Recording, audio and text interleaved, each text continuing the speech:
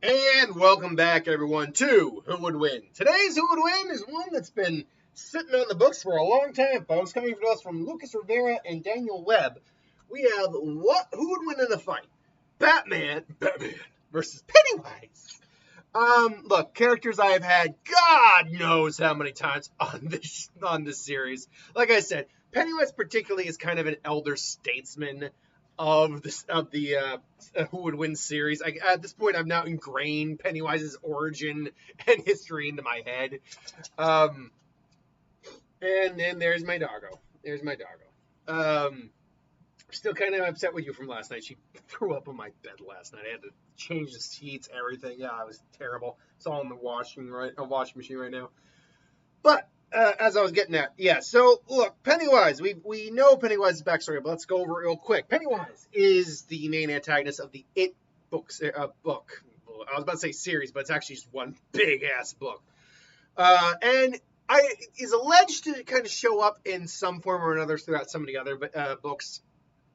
They are a species that is called a glimmer, a shape-shifting species that is pretty much the embodiment of consumption. We actually don't know if Pennywise is the only member of their species, but we know that that's what the species is called. And they're the natural opposition to Maturin, the turtle, who is a being of creation, life, versus death and consumption in Pennywise's case. Pennywise doesn't.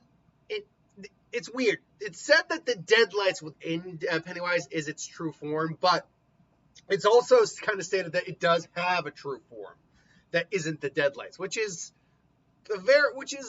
interesting to say the least. It's a little contradictory, but regardless. But yeah, Pennywise though takes the form Pennywise the Dancing Clown when it's usually on Earth, because only a piece of it is actually kind of on the planet at any given time. Most of it is kind of existing elsewhere. It's eldritch horror in nature. As Pennywise, it's still physically stronger than a normal person. It's capable of using your fear against you, finding out what your fear is, basically reading your mind, shape-shifting, illusions, levels of reality warping. And Pennywise is extremely dangerous. And Pennywise is also a being that is powered and grows strength from fear and chaos. If a being lacks fear against Pennywise, Pennywise is going to be at a disadvantage. If a being actually lacks fear and is actually psychologically smarter than Pennywise and actually uses that against them, then Pennywise is actually in trouble. The case in point when Eddie in the movie starts to just overwhelm Pennywise by losing his fear and starts fighting back. When the group gets together and just says, we're not afraid of you anymore, you can't scare us, it just weakens Pennywise, and Pennywise can't do anything. And you, in theory, can, at least for a while, stop Pennywise. And maybe even kill it. The problem comes twofold, that in the books, it's the ritual of Chut. That's the only thing that can actually legitimately, I think, kill him. But at the same time, it's a matter of universe to universe kind of thing here. What works in one universe doesn't work necessarily in another universe. Like, as a being, Pennywise wouldn't be all that powerful. I mean, Pennywise would be a meta threat, no doubt about it. But Pennywise wouldn't be a very high caliber threat in the DC universe. Like, compared to however else many individuals there are. Like, most of the Justice League, we'll get to Batman a little bit. Not like that Batman, we'll get to him a bit. Could easily probably take down Pennywise, no problem, because they just fight far more powerful individuals. But last but not least, there is the issue of the deadlights. The deadlights are those three lights that you see that exist within Pennywise, at least within the movie. They were three glowing lights. And again, this is said to allegedly be the true form of Pennywise. And any living being that stares at these is either going to be driven insane or it's just going to flat out kill him. Because it's basically, again, it's eldritch horror. And it's basically your brain's not supposed to be able to comprehend what you're seeing. And so basically you either go insane or you die. Pennywise, though, obviously has been defeated by kids no less. So, can Batman bring anything to the table? Well, we know who Batman is. Bruce Wayne, the Batman. We know his backstory by heart at this point.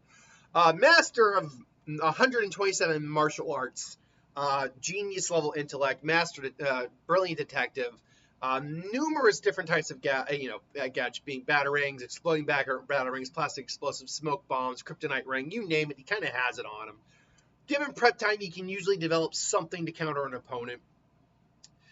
His body armor is extremely durable. He's also a trained ninja, pretty much, so he's got skill and stealth. So let's get something right out of the way, and I'm not going to go all in depth into Batman because we know Batman in this book. And should note, if we're going by a psychological thing, because we're about to talk about the big X factor here, Batman literally is so prepared that if he were to ever psychologically break, he actually has a backup personality. The Batman at Zerta R, I believe it is called. And it's that vibrant, yellow, pink, whatever, Batman. That I can't remember exactly, with the spiky purple cowl shoulder cowl. And so until his mind can kind of reset itself, he literally has a backup personality in there. That's how prepared Batman is. So the big X factor here, deadlights. Batman's a living human being. By all accounts, the deadlights should be the thing that ends the match in Pennywise's favor, right? But the problem is what I just said here. Universe to universe, Batman has seen way more messed up shit than Pennywise. Batman knows, and keep in mind, the reason I think the Eldritch Horror works in things like H.P. Lovecraft and the Stephen King mythos, because of outer universes and all that, extra dimensional beings and things that our minds are not meant to understand. The reason that I think it affects us so badly is because by all accounts, it's still just our world. We've now just thrown this supernatural eldritch bullshit in there. But when you throw that into a world that already has multiverse, omniversal, beings who literally sit upon the cosmos, and you deal with individuals like Batman, who isn't just aware of this shit, but has dealt with it on multiple occasions, I quite frankly don't think this works on Batman. At least, let me put it this way. It doesn't kill him. Certainly doesn't kill him. At best, it might give him a sanity break temporarily, but as I just said, he's got a literal backup personality for that, who's also more brutal and violent than he is. So I actually don't think the deadlights affect Batman in the traditional sense. That said, that doesn't give Batman an immediate victory, because Batman doesn't really have lethal... he's got explosives on him, but Batman doesn't... First off, he doesn't go for the kill unless it's absolutely 100% the last resort, necessary, whatever you want to call it. Beyond that, though, he doesn't actually carry many ways to kill someone in general. Now, I'm not saying a fight between Batman and Pennywise would end in, say, either's death. Well, it would end when Batman's death, because that's what Pennywise would go for. But I'm not saying it would end in Pennywise's death, per se. Still, let's assume Batman has kind of been traveling. He's somehow... Bruce Wayne visiting all the local small towns is Dairymaid, and he can feel something's wrong here. And it's within the 27-day window of Pennywise, sleep cycle. And so he's investigating the disappearances, and Pennywise might be aware there's a newcomer, but he's focusing on the kids. Pennywise focuses on kids because they're easier to scare, and fear makes us taste better. It salts the meat, as it said. But that doesn't mean he won't kill adults. It just means he prefers killing kids. That said, eventually Batman maybe rescues a kid from Pennywise. And say, go, get out of here. And say, what are you, sir? I might be a clown, but you might be the funniest thing I've ever seen. As if, I don't know what you're not human, are you? Oh, yeah, I'm far more than As a, you're coming in. Oh, am I now? Well, you better lock me up. And then like Batman, it's like you're not going quietly, are you? So, oh, Batsy, Batsy, Batsy.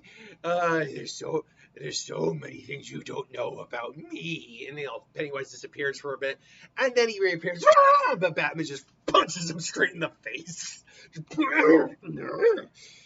And immediately Pennywise can tell this guy's not easy to scare. That's not to say Batman's not fearless. I mean, by general standards, he'd be considered fearless, but Batman can be afraid. He can be afraid.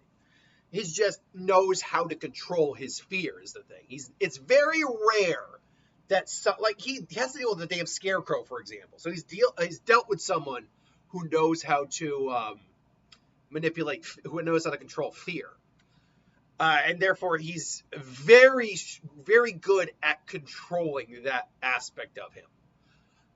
That's not to say it's an infallible. He's infallible, but I don't think Pennywise is going to be able to really get a good scare out of him and really be able to,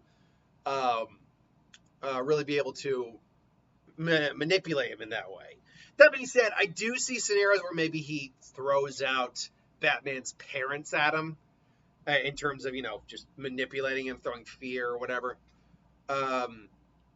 So I do see that scenario happening, but Batman's dealt with this. He lives with that his entire life, so it's really not something that Pennywise can really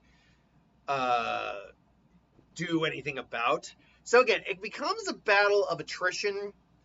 Pennywise, though, would still be problematic. If Pennywise starts to get really pissed off, transforms into, say, his giant spider form, Batman is going to struggle against that.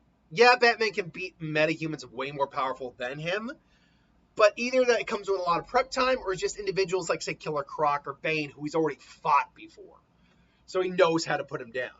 Or Poison Ivy or Clayface, individuals he's regularly has info on and has had experience fighting. Pennywise going into the spider form would be problematic for Batman. But the fact is, Batman still would not be someone who would be afraid of that. So, again, it's a battle of attrition. If the Deadlights did, in fact, work like they're supposed to on Batman, I actually would probably end up giving it to Pennywise, because Batman wouldn't have any real protection from that. Even if the Batman Observer R came out, it still would be his human psyche. So the Deadlights would end up killing him. So this just comes down to what you think would work with the Deadlights. If you think the Deadlights could still affect Batman like they would affect anyone else, then yeah, I think Pennywise would actually win the fight. It would be drawn out because the Deadlights are kind of like a last resort that Pennywise tends to use. It doesn't seem to be his get-go move because he likes to play with his food. But if you're like me and you think the Deadlights actually wouldn't work on Batman, at least not in a traditional sense or anywhere near to the level that it normally should work, then I would say, yeah, Batman eventually is just going to outlast Pennywise. And Pennywise is just going to keep getting weaker because this guy isn't just not showing fear of him. He's literally showing bravery and courage in front of him. And that's not just going to be a problem for Pennywise because he can't get to Batman. That's going to weaken Pennywise because that's a legitimate problem Pennywise has. So, yeah, so as the fight goes on, Pennywise is actually going to be getting weaker during the fight because Batman is just simply not going. And here's another thing. If Pennywise tried to nope out of the fight, just disappear, but Batman put a tracker on him, would Pennywise be aware of the tracker? And would the tracker still just be on Pennywise because Pennywise is, has supernatural abilities? If Batman could track him down and follow him, then yeah, he's still going to come in and just keep. It's like, you're not going anywhere. It's like, go away. Pennywise is going to be in trouble. For me, I'm going to lean Batman because I don't think the Deadlights would work on Batman the same way it would work on someone in Pennywise's universe. And again, keep in mind, my personal explanation for the Deadlights, or my personal thought process on how the Deadlights affect people, severely depends on the universe you come from. Now, that being said, if I were to throw, say, a My Hero Academia character, I'm just throwing a random verse out here, My Hero Academia character here, I actually think the Deadlights would still pretty much work because we're not dealing then with we're still dealing with very super powerful individuals, and I'm certain there are individuals in My Hero that can resist the Deadlights or not be affected. But beyond that, because that's just a standard Earth-based universe, that would not work. I do not think that would work. But if you were to do something, say, in like Dragon Ball Z or Bleach, for example, which have different dimensions, different concepts of universes, realities, all that, then Deadlights aren't going to do a damn thing. Not a damn thing, unless you're like Krillin, who's just a human and doesn't want to die. So yeah, the Deadlights aren't going to do a damn thing in those kind of universes. And unfortunately, I feel like DC is another universe where Batman, particularly someone like Batman, who has seen it all, done it all, it's just not going to do much. This is my thoughts, though. What do you think? Let me know in the comments below. Until then, thanks for watching. Hope you enjoyed, and I'll see you guys for the next one. Later.